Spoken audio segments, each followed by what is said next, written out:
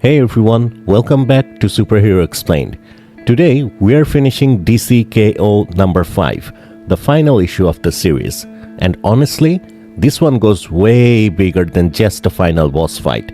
This issue takes everything the tournament was building toward, blows it up into a cosmic war between Superman and Darkseid, and then ends by making one thing very clear: the game is not over. The final issue opens with the tournament finally choosing its winner, and that winner is Lex Luthor. He's standing there absolutely flooded with Omega energy, drunk on his own triumph, already acting like the universe has handed him the throne. Lex throws his head back and calls Darkseid out directly, basically demanding that the god of tyranny step forward and face the universe's new champion. And Darkseid's answer is ice cold. He tells Lex he's right there. He even congratulates him, but not like an equal, more like somebody humoring a child who has made it farther than expected. Then Darkseid explains what comes next. Lex is supposed to take the heart into himself, gather the full power, and assume his new form, and then fight for the crown. So right away, the issue makes the real hierarchy clear. Lex thinks he's won. Darkseid treats that victory like permission to begin the actual test. Then we cut away from Lex and back to the game night. Bruce, Clark, Diana, and Lois are all watching the chaos outside as a giant Darkseid tears through the city with Omega beams. Diana asks the obvious question, is that Darkseid? And Clark says yes, but also no. That's such a strong line, because immediately you know this thing is beyond the version they thought they understood. Clark can hear him, and not just hear him locally. He says Darkseid isn't just here, he's everywhere. Bruce, in the middle of all this, drops that dry Batman line about it being game over. Diana immediately checks him, because with the world ending outside, that sounds insane. But Bruce clarifies he meant the board game. In real life, now it's time to win. Clark tells Lois to call the Justice League. Lois says she's calling everyone. And then everybody moves. They rush towards the fight, changing into costumes, ready to throw themselves into the last battle. But as the heart narrates that this is happening just as it did before, until something breaks the pattern. Clark stops. Everyone else is moving, but Superman stands at the window in full costume, completely still. Lois comes up behind him and starts asking what he's doing, and Clark cuts her off. He says he knows he is here. He knows what this is. Show yourself. And just like that, you realize Superman has sensed something behind the obvious fight outside. The figure appears. It's Doomsday. Then Clark names him more accurately, the Time Trapper. And Clark understands almost immediately that this whole game night wasn't some half memory or possible future gone wrong.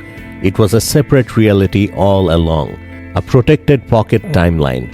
The world freezes around them while the Time Trapper explains why he made it. He says he wasn't sure who in the Quantum Quorum could be trusted. He wasn't sure about Clark's allies either. He suspected someone might be working with Darkseid, and he even admits Booster Gold's role still surprises him. So, he created this pocket timeline as a safeguard, a place to hide Superman if things went bad enough. Clark, standing there beside the frozen Lois, asks the only question that matters. Why him? Why save only him? And that's when the emotional core of the issue starts to hit. The Time Trapper tells Clark that the two of them have been locked in a cycle for years now. Death and rebirth, Superman and Doomsday, destroyer and victim, over and over again. He says he has always believed his purpose was to destroy Kal-El. But then, through an unlikely source, he learned the truth.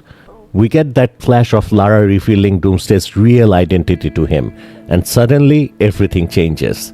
He says he was never meant to destroy Superman. He was meant to save him, so Superman could destroy Darkseid. Clark asks how that's even possible. The Time Trapper puts a hand on his shoulder and says, "Let me show you."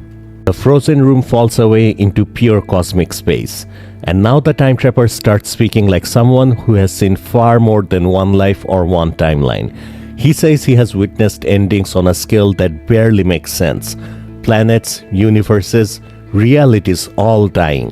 He has changed, channeled Omega energy, become something far beyond the old monster Clark knew.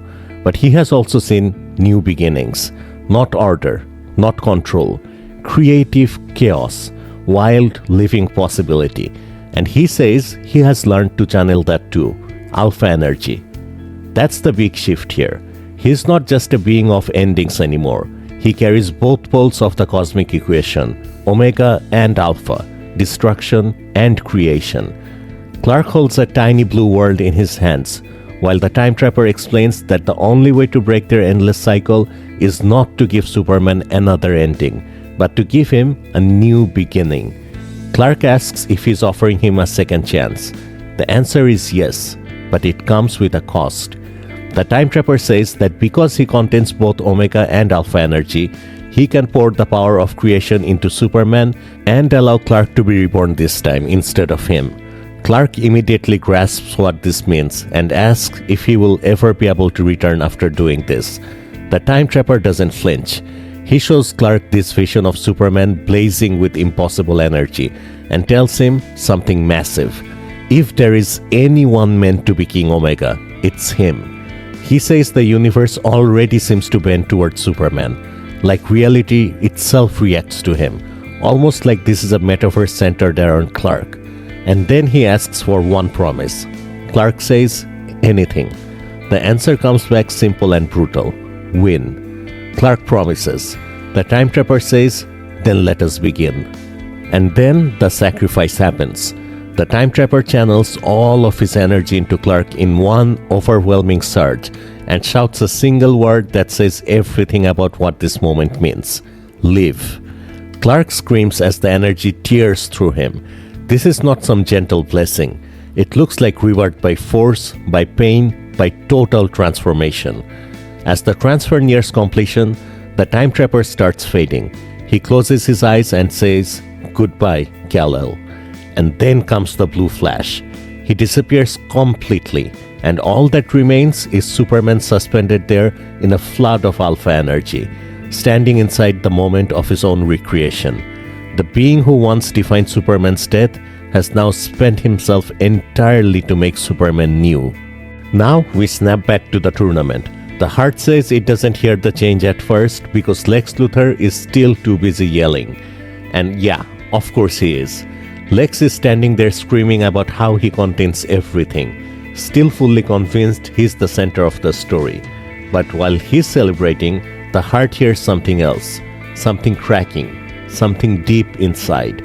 And then we see it. Superman's statue starts splitting apart, blue energy pouring through the cracks.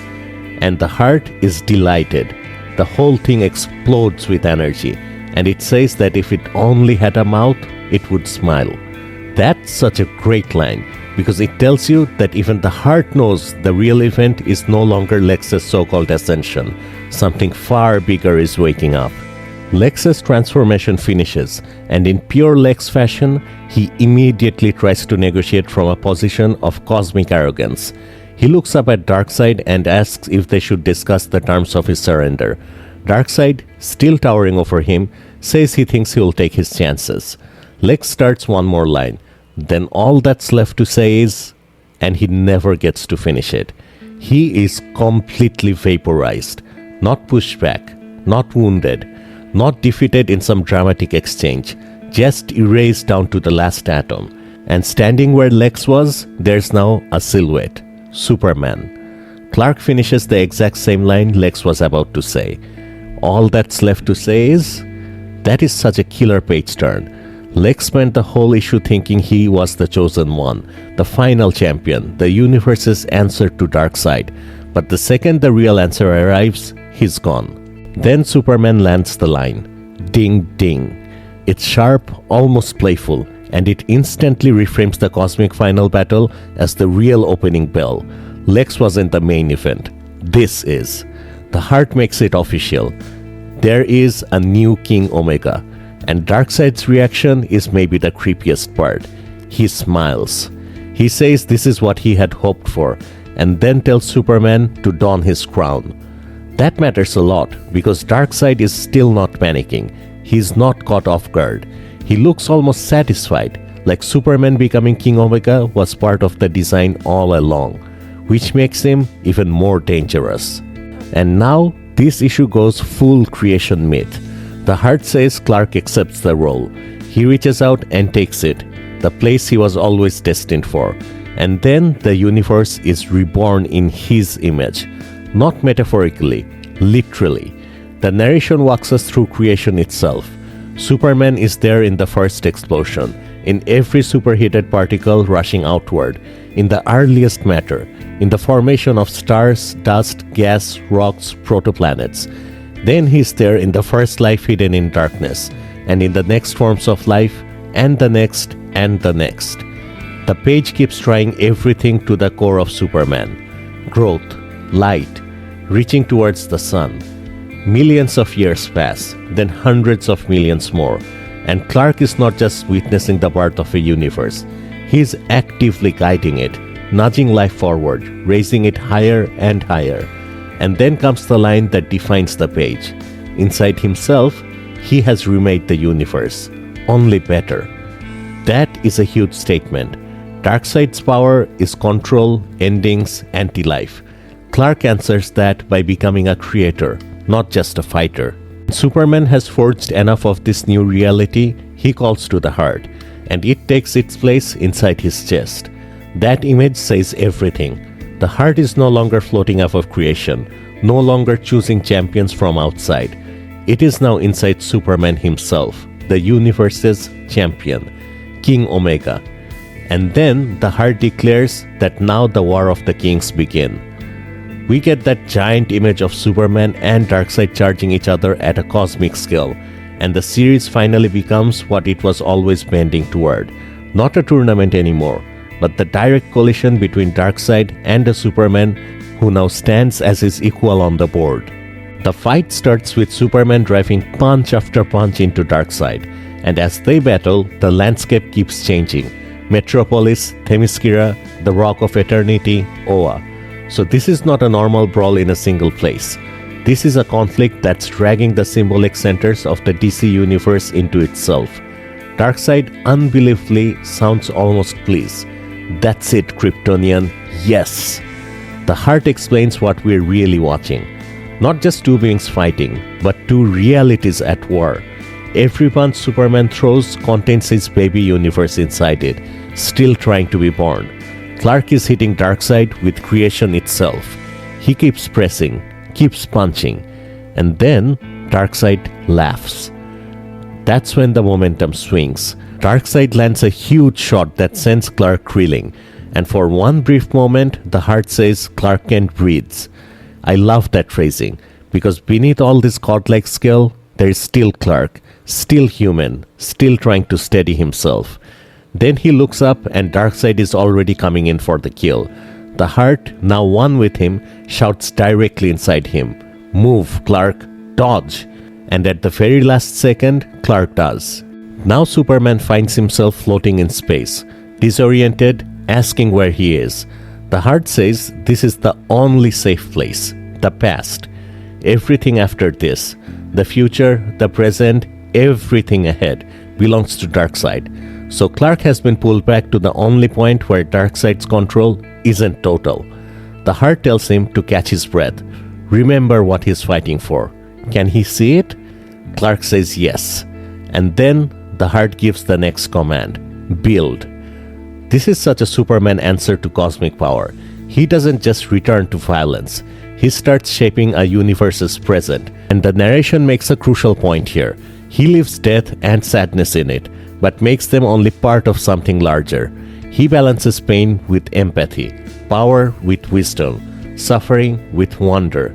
He is not building a fake paradise. He is building a world where darkness doesn't rule the whole song.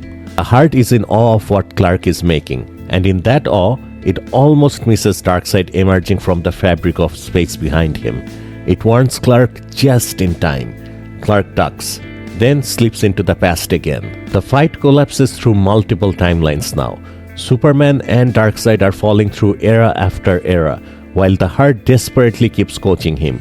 Picture your universe, draw power from it, hold your ground. But Darkseid is too fast, too strong, too relentless. Clark can only back away, giving up more and more ground, while the heart says one era after another is becoming Darkseid's. That's the terrifying part. Superman isn't just being pushed physically, reality itself is being claimed. Darkseid lands combinations, hooks, crosses, and the heart describes Clark as a constellation barely held together, lines snapping between stars. He's coming apart at the seams. The heart is furious now. Fight! Hold your ground. But Clark says nothing. He just keeps retreating, back and back and back, until finally his back hits one thing left unclaimed, the Big Bang itself, the beginning of everything. The heart panics and tells him to move because he's cornered, and Clark finally answers, "I am right where I want to be." That's the reveal. He wasn't just getting driven backwards randomly. He was retreating towards the one source point that still mattered most. The Big Bang contains everything: matter, possibility, past, present, future. The heart realizes it instantly. If Clark absorbs that totality, then he won't just be surviving Darkseid anymore. He'll be able to answer him at full scale. So, Superman starts absorbing the Big Bang itself. And now the heart is thrilled. Ladies and gentlemen, we have ourselves a fight. Clark becomes cosmic in size, blazing with both alpha and omega energy, finally fully loaded. Darkseid emerges from space again, still hunting him, starts with the same cold confidence. There you are. And before he can finish, Superman lands a massive cosmic punch. For the first time, it truly lands. Darkseid's nose starts bleeding. That detail is everything. He's not just being matched now, he's being hurt. Darkseid tries to speak, stunned, and Clark hits him with one of the best lines in the issue. In Kansas, it's called playing possum. That line is perfect. At the most cosmic point in the story, Clark is still Clark Kent from Kansas. Then he pulls back his fist for another hit. Now it's a barrage. The heart sends all the Omega inside it into Superman's arms and fists, and the two kings go blow for blow with punches that make galaxies tremble. The heart is screaming at Clark to hit him now, because the balance is turning. Darkseid is still monstrous, but Clark is gaining. In the middle of this insane battle, Superman asks a very human question. How long have we been fighting? The answer comes back like a nightmare and a myth at the same time. 1,000,000 years. 100 million. No more rounds. No more titles. No more tournament. Just existence or annihilation. Clark hammers Darkseid so hard that black holes vomit starlight into the void. The heart is ecstatic. It can feel victory coming. Clark says he can do this. He can win it. Can the heart feel it too? Yes, it can. Then Clark adds two words that change the entire issue. Me alone. The heart says yes, him alone, the sole winner. And Clark answers, that's why I'm not playing anymore. That right there is the ideological climax of the whole series. Clark realizes that the structure itself is the trap, the one winner logic, the crowned survivor, the final king. That is Darkseid's game, and Superman is done with it. The heart is completely confused. It tells Clark to keep hitting him. Think of your universe. Look at it. A universe at peace, safe behind your shield, where everyone is Legion. Perfect, ordered, secure. Exactly what everyone wants. Clark's answer is quiet but final. Maybe, but not me.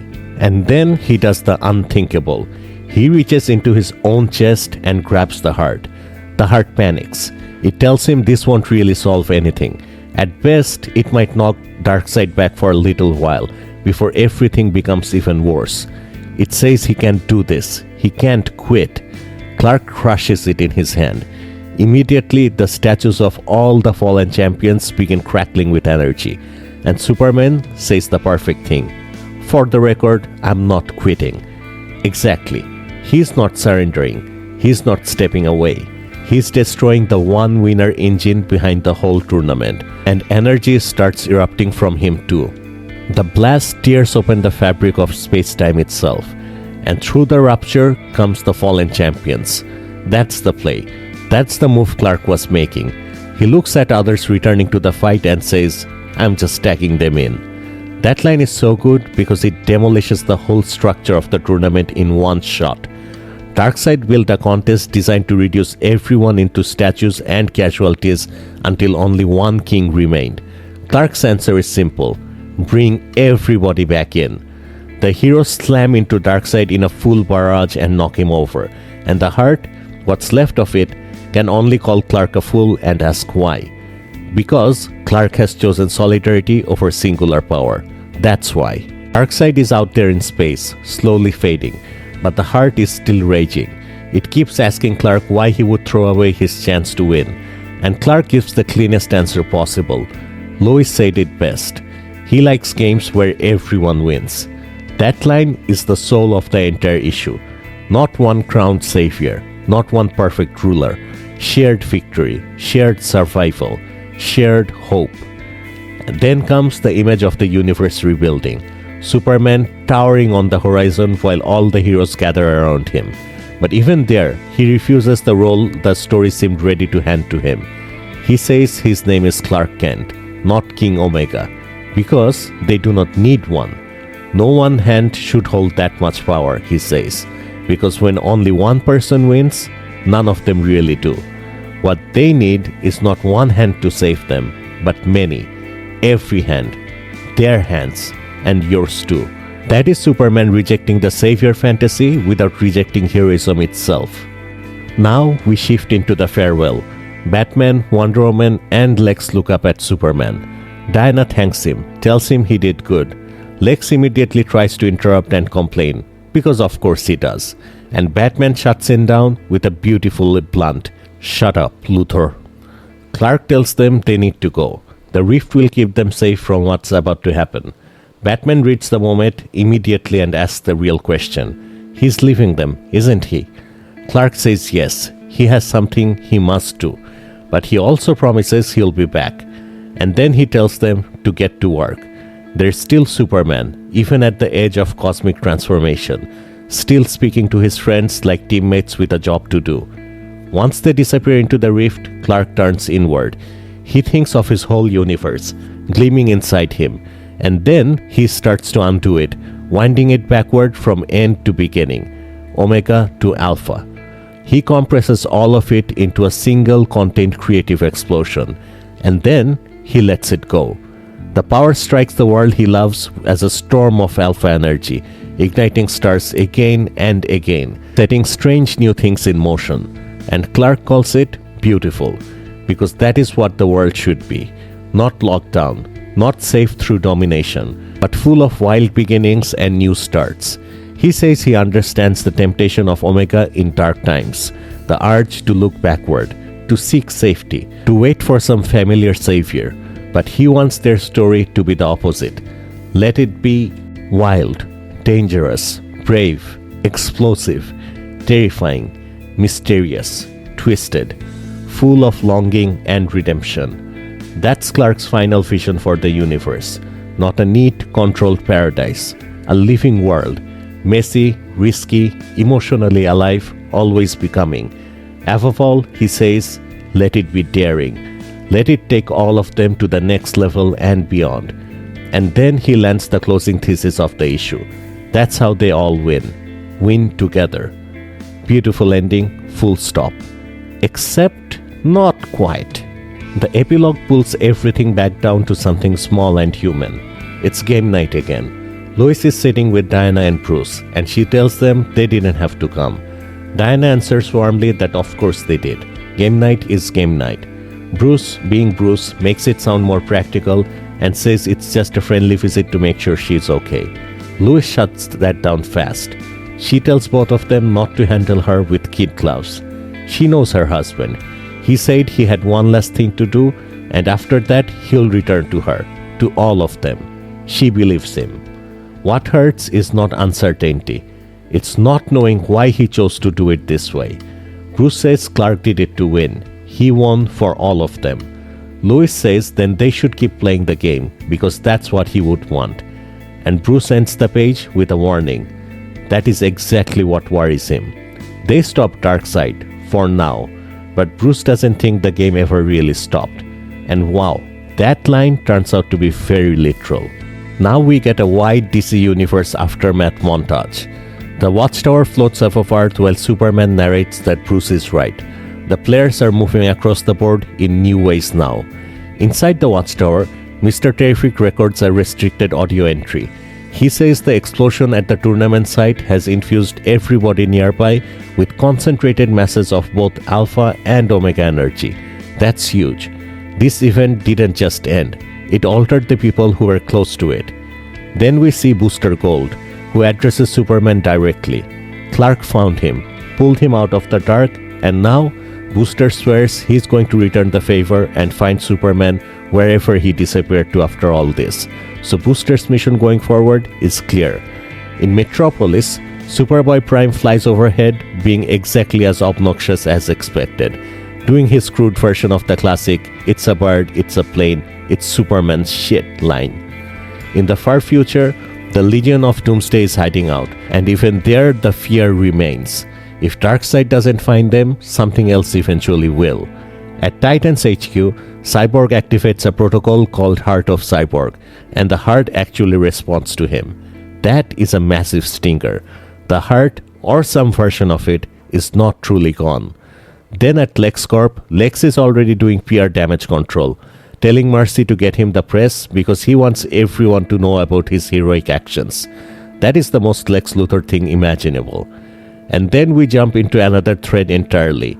A young boy says his grandfather left a box behind so they could communicate with him if he beat Darkseid, but it isn't working. Damian Wayne examines it and says it's receiving signals from other places Batman visited, other futures, other Batmen. So the aftermath is not settling anything down, it's opening doors. In Central City, Barry Allen carries a stack of pages while Superman narrates that others are being pulled into new mysteries as well. Barry makes this tired little remark about missing the days when he could just use his powers to catch up. It sounds small, but it tells you immediately that whatever he's dealing with now is more complicated than simply running faster. Then he looks at his laptop and realizes his storybook, his history book, has a whole new chapter in it. One he didn't write. The chapter is titled Book Zero, and when Barry starts reading, the words sound accusatory, abandoned, angry. You forgot my real story. You left me behind. I did the right thing, and all of you took my world from me. That is a great stinger. Someone buried in Barry's history, or someone tied to it, is forcing itself back into the narrative. This is not just another cosmic loose end. This one might be personal. Then, the laptop suddenly crackles with energy and explodes. Barry panics, shouts, tries to put the fire out, throws in that very Barry line about it being a good thing he made backups. And then, over the chaos, comes Darkseid's voice. Stop playing games with them. That line reframes all of this. The rewritten stories, the altered players, the mysteries opening up in the aftermath. It's all still part of a larger ongoing game. Darkseid is not done speaking into the board. Then the issue pulls back even further. We see Darkseid in the absolute universe, and he makes it clear from his perspective. Superman did not defeat him in any final sense. Yes, the Time Trapper's sacrifice gave Clark the power to push him back. Push him back. That's all. Darkseid says the fools opposing him have won neither the battle nor the war. His absolute creations remain unfazed, undisturbed, and their world is still his weapon. And then he adds the real warning. He has another army growing. So no, this series did not end Darkseid. It bought time. The final pages widen the scale from one world to all worlds. We see multiple versions of heroes and villains across different universes, while Darkseid explains what was really happening the entire time.